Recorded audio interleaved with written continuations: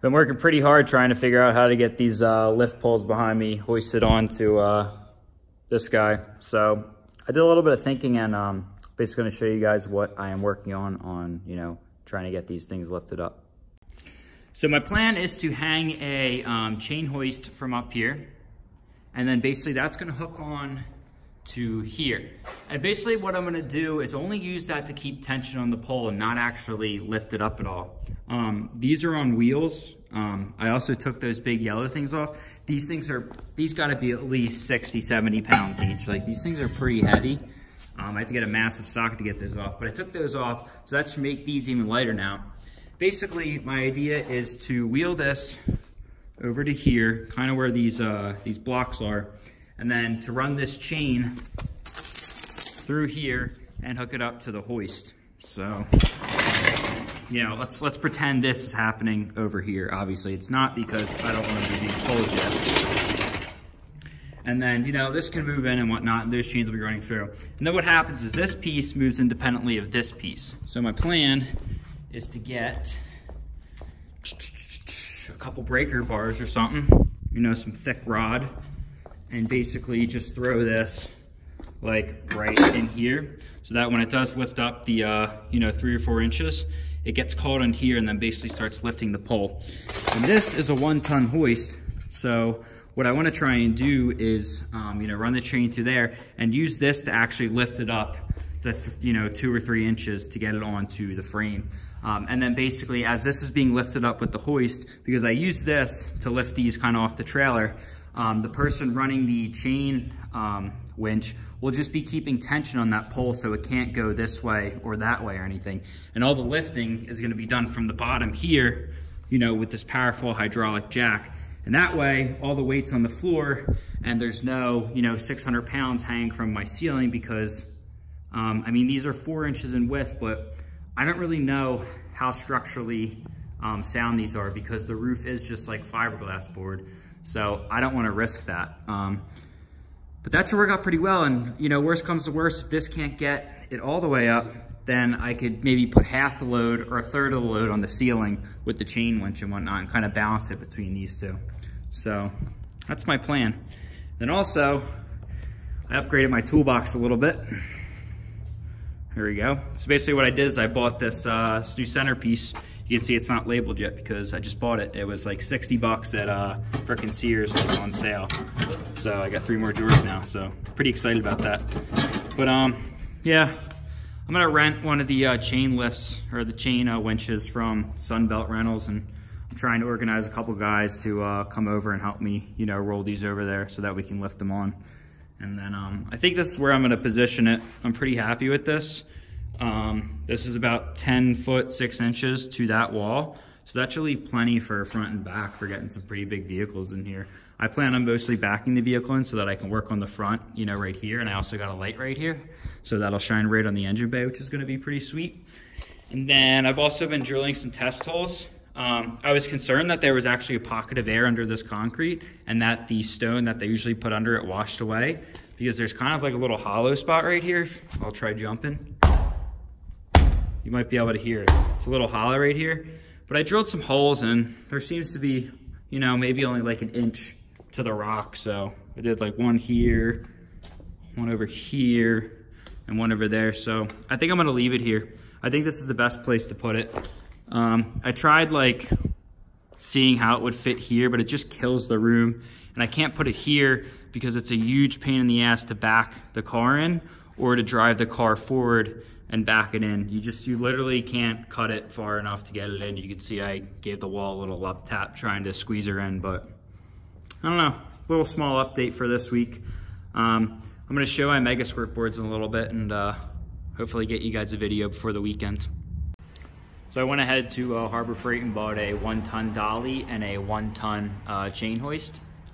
I actually just used this thing to pull this off of the boards, and I measured from here to here and there to there, and I got 10 feet on both ends and in the center, so this thing is perfectly centered. And then I have 10 foot 8 inches from the center to the wall, so I should be able to fit plenty big, you know, vehicles in there. That's what the manual recommended, 10/8. And the manual said for like Cadillac, Chevrolets, like big cars, like from, you know, the 70s and 80s, because these things are pretty old. So I got 2 guys coming tomorrow to help me out. Basically what we're gonna do is we're going to roll these over, and then we're going to attach that latch to these hooks. And basically we're gonna use this to kind of keep the pole from tipping this way or this way. And then what we're actually gonna do is use this engine hoist with chain run through here to lift the poles up from the bottom, so that we're not putting any real force on the ceiling and all of the liftings coming from the floor. Now the issue is that these things go up and down, right? Because that's how the lift operates. So my plan is to put 1 or 2 breaker bars here, and basically when it lifts off the 6 inches, it'll get caught here. And basically the tension on the chains pulling this up should keep that wedged in there and stop it from, you know, falling down. We really only have to lift it like probably 2 or 3 inches. You know, we just got to get the pulleys underneath to clear this bar here, which is only like 1 inch or so. Probably like 1.5 inches maybe. Well, let's actually get a measurement. Let's see. One phone. Hold on. All right, so it's closer to about 2 inches. Still, that's not that far. So that's 1 ton. Actually, that's 1 ton lifting. We got 1 ton everything. I mean, I took the yellow things off here. I bought a big socket yesterday, and I got these off, and these are probably like, these gotta be like 50, 60 pounds each. So I think we're in pretty good shape to lift these puppies up. We're gonna put this one here because when that rotates around 180, the little latch, or the, you know, the handle is gonna be on this side, and it's gonna be right under this chain hoist. So I think we're all set, and I think it should work out, and you know, we'll see what happens. Thumbnail, baby. Hell yeah. We got these things up. They were frickin', it actually really wasn't too bad. Yeah, basically used this the chain winch and the engine hoist. Engine hoist lifted from the bottom, chain winch lifted from the top. We were able to roll them over, lift them over and everything, and got them bolted down. So now it's time to get the concrete wedge anchors, and I gotta get this 3-phase wired up. So I got a 3-phase box over there and a 3-phase box over there. So I just gotta get some 4-conductor cable and wire her up.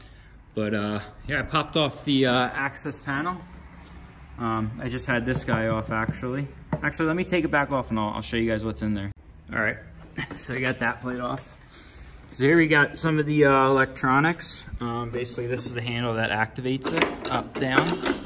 And basically, when it's pushed up for the lift to go up, that clicks the switch, you can probably hear it. And then when you wanna go down, it basically just drains the hydraulic, or actually it's motor oil out of this valve. And if we look in here, we can see some of the innards. Let's see, can we put the light on? Actual hydraulic pump here, and we can see that the motor turns, so that's good. I didn't know if this motor turned or not. It's not seized. It's rotating pretty nice. We got a little pickup filter. We got the drain plug over there, and then right here we got the dipstick for checking the oil level. So kind of cool to actually see what's in here. It's not too dirty. Might give her a little clean out maybe, but the filter looks pretty good. There's no crap really in it. And then yeah, the motor is nice Toshiba unit, 3-phase. So everything's looking pretty good. Really happy with this lift, you know. Came together really nice, so, you know. Been continuing to grind on the garage all weekend. Basically been trying to get my 2-post lift fully installed. I worked on the electrical, and I'm also getting the cables all set in, and gonna go out and buy some motor oil. It takes 10W30 motor oil for the hydraulic fluid, which is actually pretty cool. So I'll show you a little bit of what I've been doing this weekend, and here we go. So originally I wanted to use this box to wire the lift up, but if you open it here, you can see that the bar that actually flips on, that middle phase, actually is broken off. So only the 2 phases work on this. So completely useless to me. fortunately, we got another box over here. And coming out of that box is actually a green wire, and it had 3 wires in it. It had a green, a black, and a white. So basically all I did was I went out, basically I stripped all the conduit off that wire, and then I bought some new 1/2-inch metal conduit, and I basically bought a 3rd red wire. And then I wired everything up, threw in some new fuses into this box, and I ran the conduit up, over, down the side beam, and then ran it over here, and I put in a little electrical box up there. So that box just basically is a junction box with some wire caps, the ground, and it connects to the motor wire up there. So I have all the breakers turned on. So let me close this box up, flip that on, and we can hear this motor spin. So basically forward is on.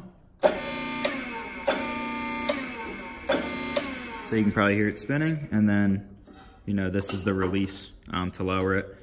And I'm gonna go buy some fluid right now, probably toss in like 2 gallons or so. It holds 4 gallons, and then start getting these cables situated. So basically these cables are wrapped up in a loop, and basically you just run them down these pulleys, run them up through this pulley, behind, over those pulleys, and then into here. And then basically you level out the lift using these big nuts here. I think the previous owner actually ran the pulley, the cables through here. I'm pretty sure they're supposed to go in the back. So yeah, hopefully that doesn't do anything structurally to this thing, but it only looks like it, you know, ground off maybe 1/8 of an inch. Shouldn't matter too much, but I'm gonna go grab some 10W30, just some cheapo Walmart oil. Not gonna throw anything too crazy in this because, you know, it's just being used for hydraulic fluid. And we'll try and get these moving up and down and leveled out and whatnot. And then I just gotta order my 3/8 or 3/4 inch concrete wedges, drill the holes, bolt it down, throw that plate on, and we should be ready to start lifting cars. So we're getting there, and I'm really excited that I got this thing, and I'm really excited that everything's working out. And that was my first time doing 3-phase wiring. It really wasn't bad at all. You know, it's just 223 phase. So really excited. So I'm gonna go run to Walmart, run to Lowe's. I also wanna grab a new O-ring for this drain bolt. This thing's like really flat, and it's kind of dripping out there a little bit. So I wanna grab a new O-ring. I also wanna grab some brake clean and pull the inspection cover back off and just kind of clean everything out in there. Kind of clean off this whole area. It's pretty greasy and whatnot from the float. And then try and get her working. So looking forward to it. Hope you guys are too. Just about finishing up the lift install. Got the cables in. I got all of the concrete wedge anchors bolted down. Didn't really record too much of this because it's just me drilling holes, nothing too crazy. So yeah, I'll give it a little test up. I still need to finish working on leveling it out and making sure that these are engaging on both sides. For some reason that side's not engaging, but I'm just gonna lift it up a little bit and we'll there she goes. And then I'll just lock this. Hold that with my foot over this thing. Now it's locked. And you can see it's raised in the air, so it's working. Like I said, the car was a little bit like slanted this way, but I basically readjusted these cables to kind of bring it back up. But these should be engaging. These should be engaging this, and they're not for some reason.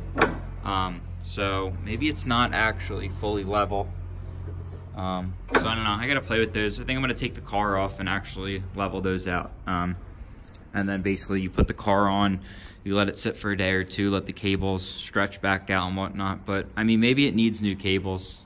They could be fully stretched, but that's about it for now with the lift. Engine parts are coming in, new camshafts are shipped, piston shipped, so should be having a lot more engine content coming up soon. Really excited.